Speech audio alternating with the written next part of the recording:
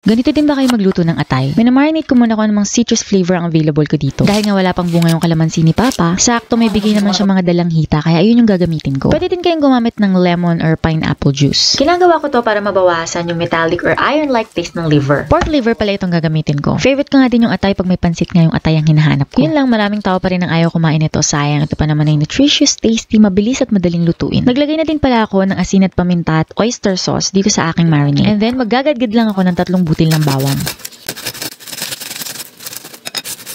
Hindi naman ito matagalang marinade. Hinalo ko lang mabuti at ibababad habang hinahanda ko pa yung ibang mga sangkap. Okay. Hiniwa ko na nga ng pa-strips yung mga gulay na gagamitin ko, kagaya din ng paghiwa ko sa atay at dun sa pork. Pagkatapos unahin ko na silang lutuin, ganito din ba ang ginagawa nyo? Pinapan-fry ko muna yung mga gulay, konting mantika lang naman. Inuna ko na nga yung carrots at patatas dahil sila yung medyo matigas at matagal maluto. Niluto ko lang ng bahagya, pagkatapos sinunod ko na rin yung bell pepper. Naglagay na rin ako ng pampalasa, asin at paminta para nabibuild up na yung lasa. Salt and pepper. Naglagay din pala ako ng green peas.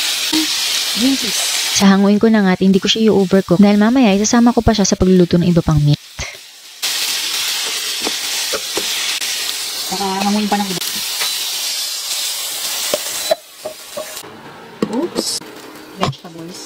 Set aside. Ganito din ba ang ginagawa ninyo? Niluluto ko muna yung atay. Pero mga 4 to 5 minutes lang para hindi maging tough at chewy yung liver. Tuwing ko para sa dinner. Then set it aside. Set aside. Simpan lang tayo para hindi maraming hugasin. Naglagay lang ako ng konting mantika pagkatapos magigisa na nga ako ng sibuyas at bawang. Gagamit din pala ako ng atsuwete powder. Kung wala kayong atsuwete powder, pwede naman yung annatto seeds. Lutuin nyo lang sa mainit na mantika hanggang sa kumulay o kaya naman ibabad nyo sa kumukulong tubig.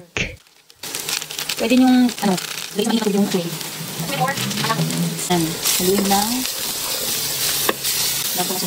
Gagamit ako ng pork tenderloin pero kayong bahala kung gusto nyo ng pork belly. If you prefer fattier meat. Salt and pepper, importante yung pepper sa ating niluluto ngayon. Mas masarap yung freshly cracked pepper. Itong ginagamit ko, white pepper to kasi tinatamad na ako mag-crack. Pero ginamit ko pa rin siya kanina. Naglagay pala ako ng soy sauce, hindi ko lang naipakita pero ang gamit ko ay premium soy sauce ni Licom Key Bekenemen. I have also added oyster sauce, same amount as soy sauce. Isang kutsa lang natin yung pork, medyo tagalan natin para mas maging malasa. Stir na lang nating manuot yung soy sauce at yung toyo na nilagay natin kanina. Pagkatapos, maglalagay na rin ako ng laurel leaves. Laurel. And then, ihulog ko na itong suka or vinegar. Hindi ko muna siya tatakpan, hayaan ko munang kumulo or sumingaw yung vinegar. Pagkatapos, maglalagay ako ng tubig. Hot water na yung gagamitin ko para shortcut na tayo. Yan lang. Enough lang. To submerge. Pakuluin at bago takpan, ihulog ko na rin tong atay. Yung liver. Pan at hinaan natin ng bahagya yung apoy. Optional, pwede kayong maglagay ng patis for more umami flavor. Konting sugar para mas mabalanse yung lasa.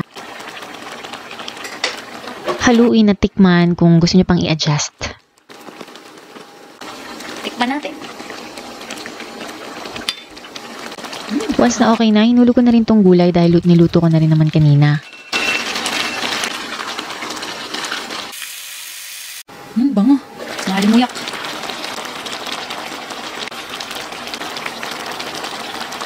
I just cook it for 1 to 2 minutes more and it's ready. Syempre pag rapi guys, ang sarap nito sa kanin. Yung sauce pa lang talaga namang ulam na. Ikaw, paano ka magluto nitong igado? Disclaimer lang, hindi ito authentic ha. Sariling version ko na to syempre. Kaya naman i-try nyo na to guys and comment down below kumusta ang inyong experience dito sa ating igado. Ayun lang. Ako nga palang inyong kusinerang inanyera, Jenny Cusin Silvestre. See you in my next vlog.